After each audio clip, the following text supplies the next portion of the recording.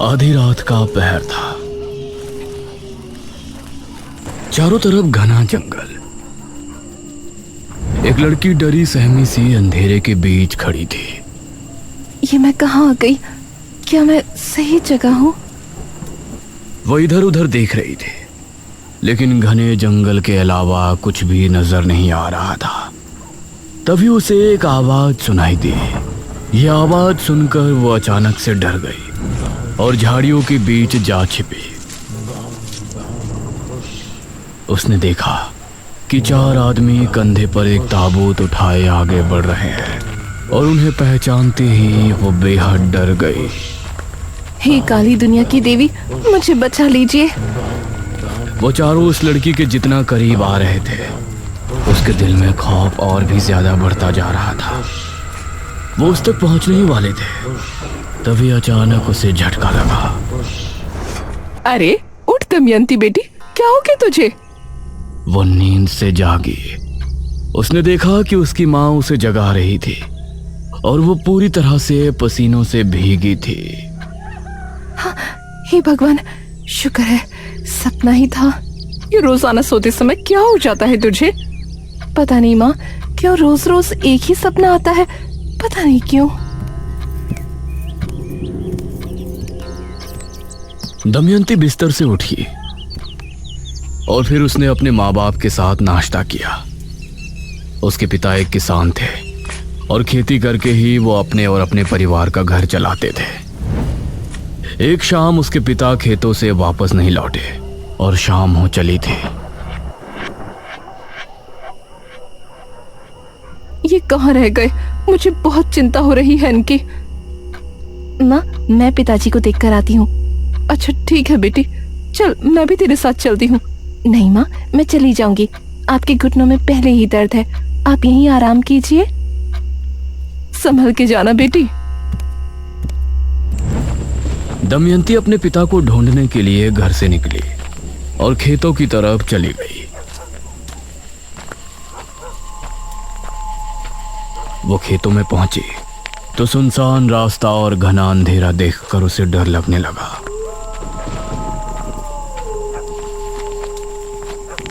हे भगवान, रात में तो ये इलाका कितना डरावना लग रहा है।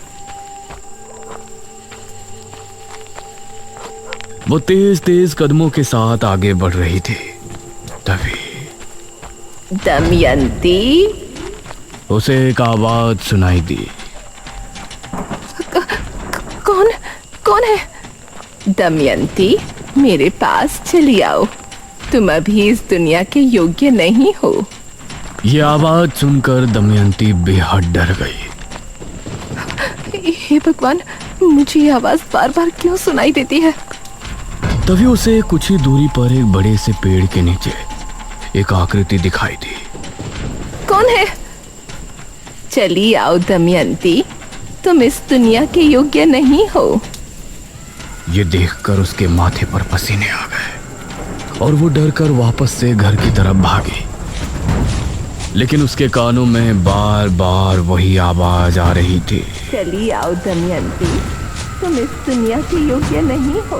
दमयंती, मेरे पास चली आओ। तुम अभी इस दुनिया के योग्य नहीं हो। और लंबी लंबी सांसें लेने लगी।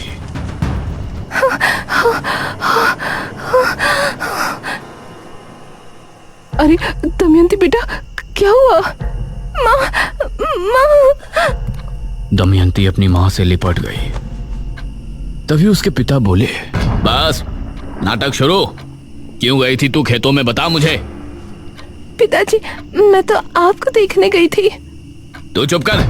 पता है मुझे, तुझे बस बाहर जाने का बहाना चाहिए। गई होगी अपने किसी प्रेमी से मिलने। नहीं जी, ये आपको ही देखने गई थी। ये आप क्या कह रहे हैं? तू चुप कर। तूने ही पैदा किया है इसको। अगर बेटा पैदा करती तो मेरा काम में हाथ बटाता। इसकी तरह मुसीबत नहीं पैदा करता। दमयंती अपने पिता के स्वभाव से बहुत दुखी थी। दिन में बाप के ताने और रात में उसे रोजाना वही सपना आता था, जिसमें 4 लोग कंधे पर ताबूत उठाए घूम रहे होते थे। दिन और रात उसे कभी सुकून नहीं था। उसी समय गांव में भी अजीब सी घटनाएं घटने लगी थी। एक आदमी मोहन नगर से घर को लौट रहा था। आज तो कितने दिनों बाद बीवी से मिलूंगा। आज की रात बहुत खूबसूरत होगी।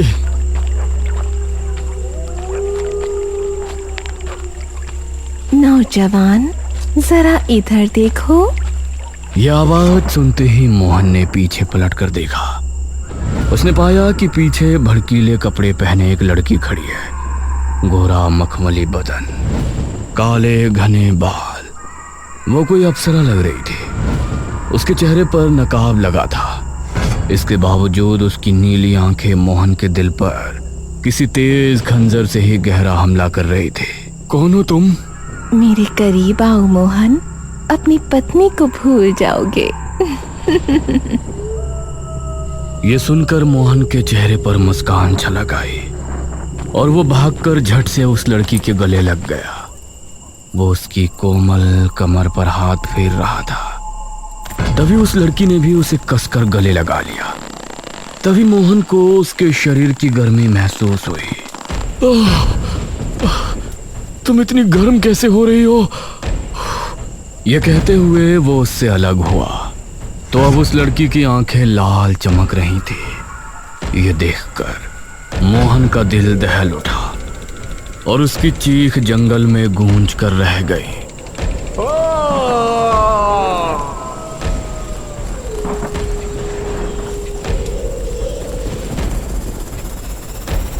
कुछ देर बाद मोहन की लाश एक पेड़ की डाल पर लटकी थी।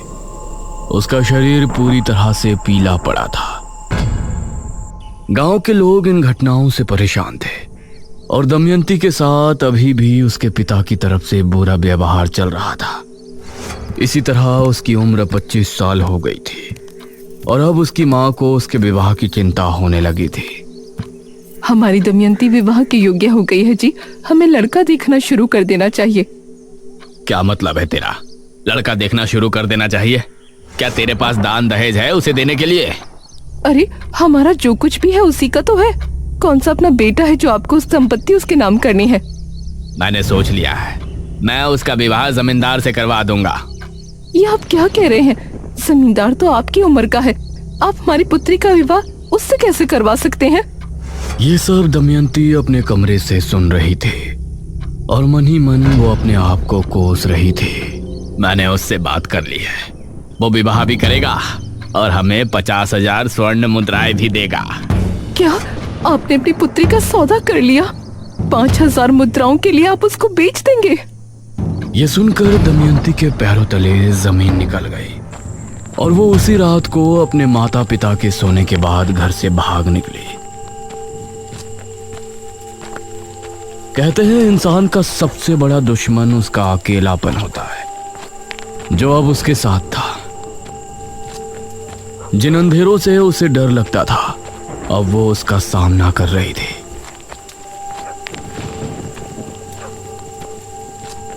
वह जंगल में एक पुराने से झोपड़े में रहने लगी, लेकिन अभी भी वो आवाजें उसका पीछा नहीं छोड़ रही थी। तुमको अभी तक कुछ समझ नहीं आया। आखिर कब तक तुम इस तरह जियोगी? तुम इस दुनिया के योग्य नहीं हो दमयंती। आ जाओ, मेरे पास चली आओ। उसे महसूस हुआ कि कोई उसकी झोपड़ी के बाहर भटक रहा है, तो उसका डर और ज्यादा बढ़ गया। वो कोने में सिमट कर बैठ गई और कांपने लगी, लेकिन वो आवाज और कदमों की आहट उसे बार बार सुनाई दे रही थी। इसी तरह उसकी रात निकल गई।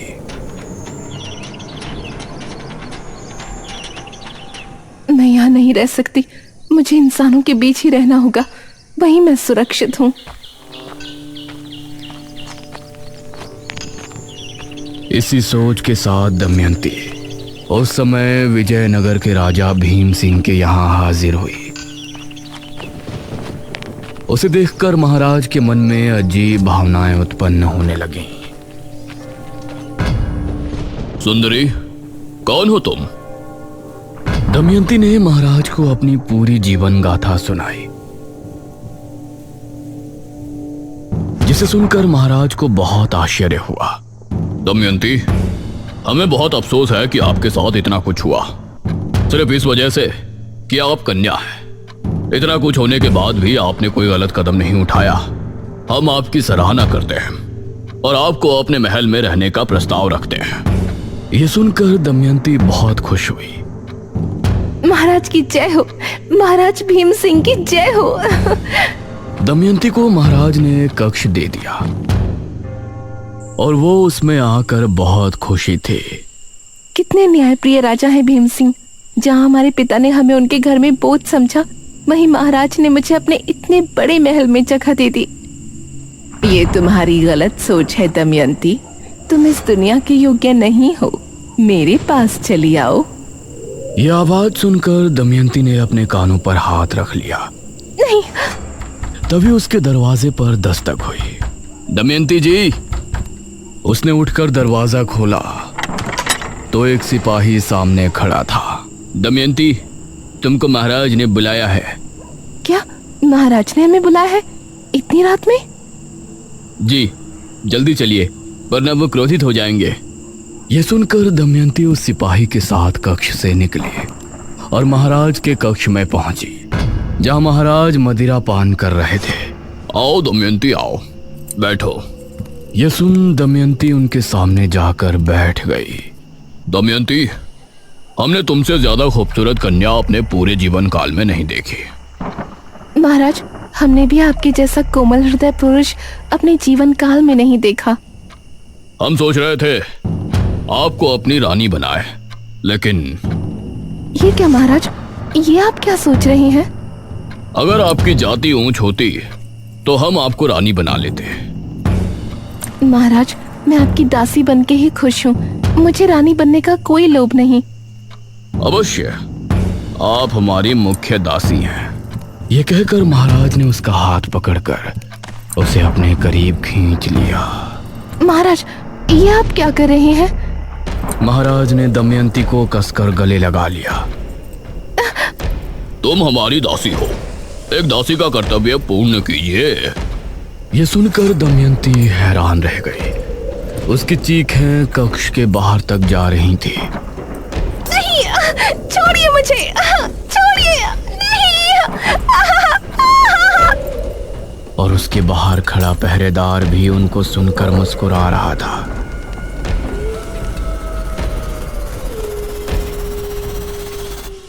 आधी रात के समय महाराज को नींद आ गई, लेकिन दमयंती वहीं पड़ी रो रही थी।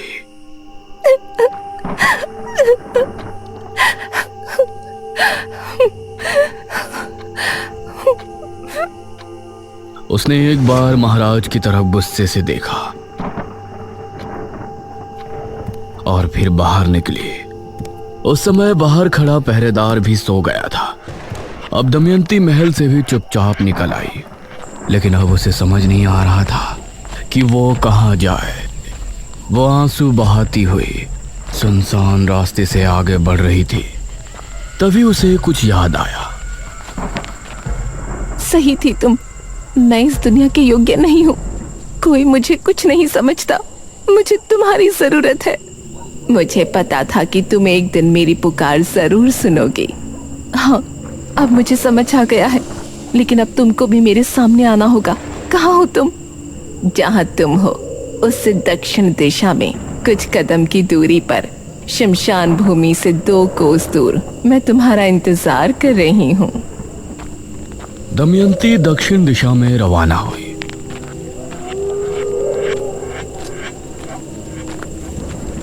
और कुछ कदम चलने के बाद वो शमशान भूमि पहुंची। उसके बाद 2 कोस चलने के बाद वो एक जगह पहुंची जहां उसने देखा एक स्त्री कुंड के सामने बैठी है। आओ दमयंती।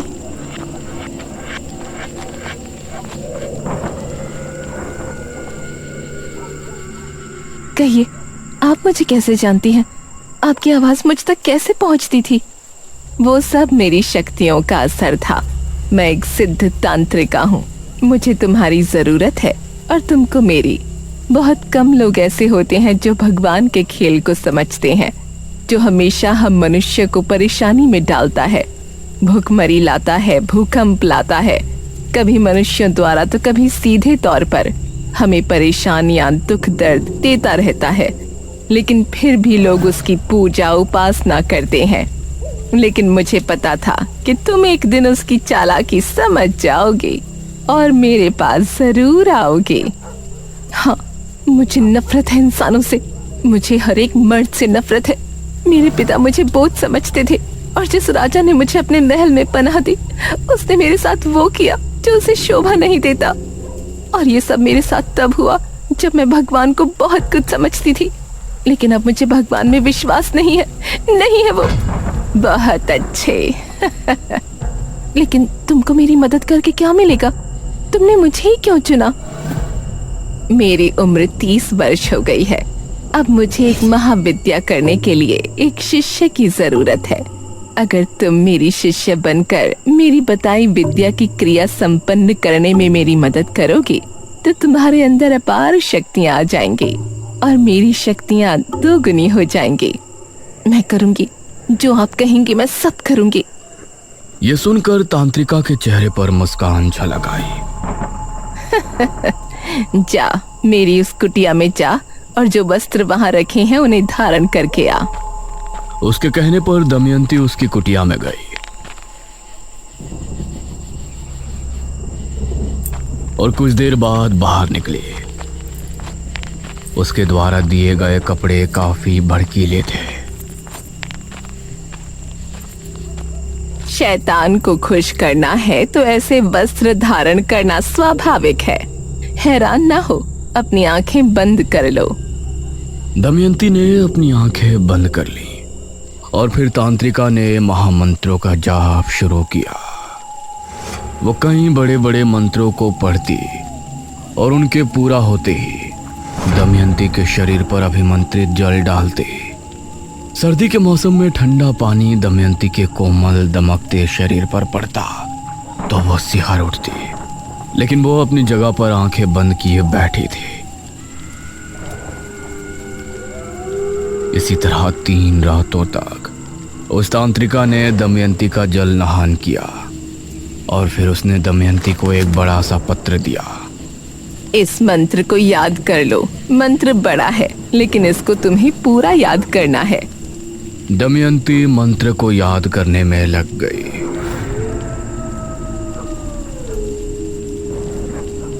वह पूरे दिन उस पत्र को लेकर बैठी रहती और करीब 4 दिनों में जाकर तांत्रिका, अब मुझे वो मंत्र पूरा याद हो गया है। बहुत अच्छे।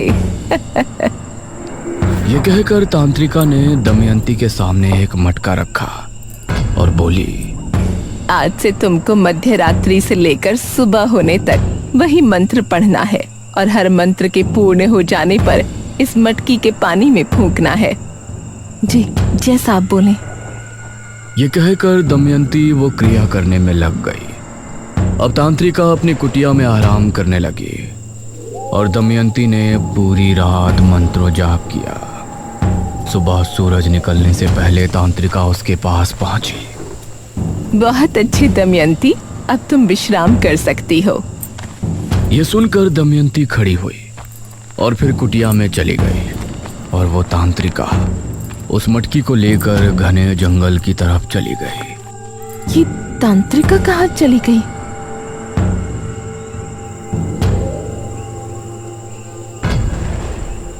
अब दमयंती इसी तरह से रोजाना मंत्रों को जाप करके मटके में फूंकती और फिर तांत्रिका उसे उठाकर जंगल की तरफ चली जाती। और ये देखकर न जाने क्यों दमयंती के दिल में सवाल उठ रहे थे। ये तांत्रिका आखिर रोजाना जाती कहाँ है? एक दिन दमयंती चुपचाप तांत्रिका के पीछे चली गई।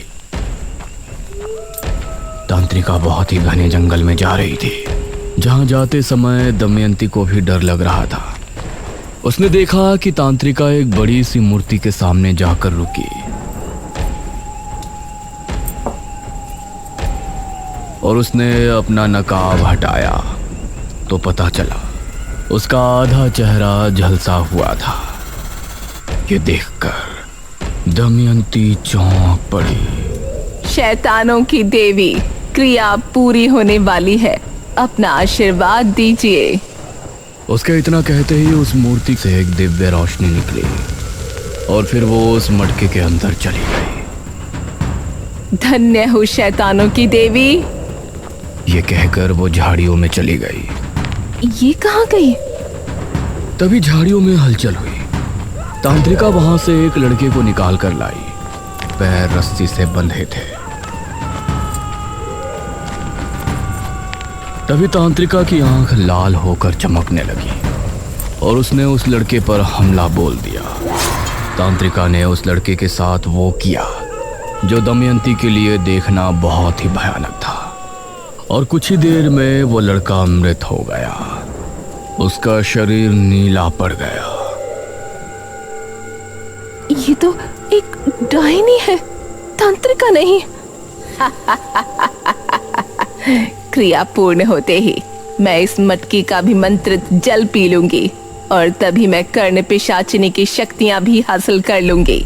उसके बाद अपने इस झुलसे शरीर को छोड़कर मेरी आत्मा दमयंती के शरीर में वास कर लेगी। तब मैं बनूंगी इस संसार की सबसे खूबसूरत डायनी, जिसके पास कर्ण पिशाचिनी की शक्तियां भी होंगी।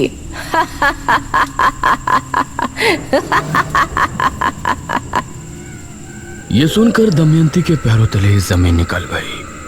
वो वहां से भागी और चुपचाप आकर अपनी जगह पर लेट गई। अब मैं क्या करूं? ये सिर्फ मेरा इस्तेमाल कर रही है। ये मुझसे क्रिया करवा रही है जिससे ये किसी कर्ण पिशाचिनी की शक्तियां हासिल कर लेगी और मेरे शरीर में वास कर लेगी। इसका मतलब मैं मर जाऊंगी। दमयंती को अब बहुत ही बुरा लग रहा था, लेकिन इस बार उसने इस मुसीबत से निकलने का एक हल खोज लिया था।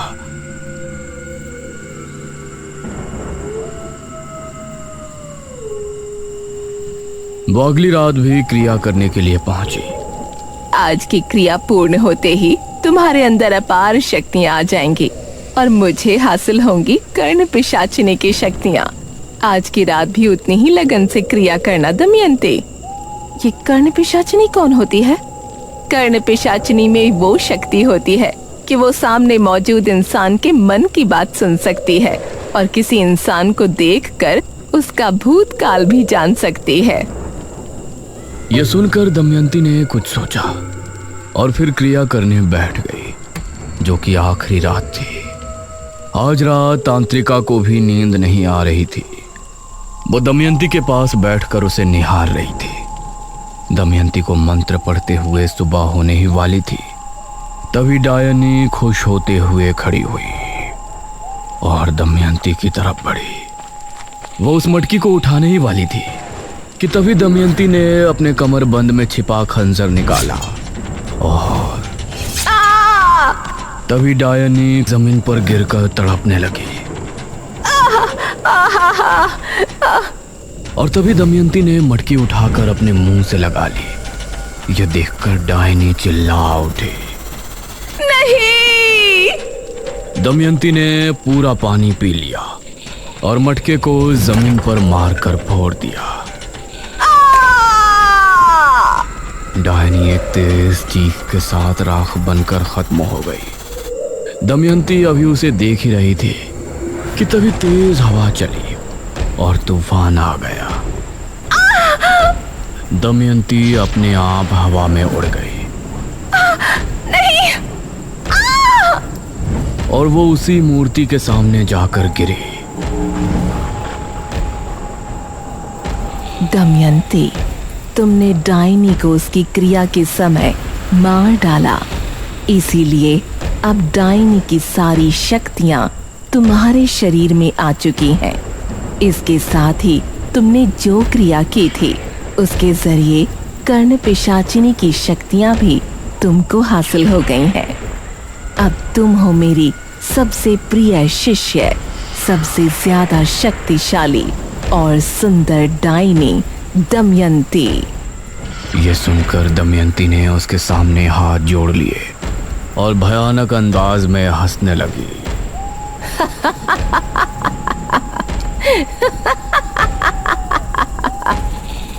दमयंती के साथ आगे क्या होगा और उसका निशिर मोलो के साथ क्या संबंध है, ये जानने के लिए बने रहिए ताबूत के अगले भाग में भी।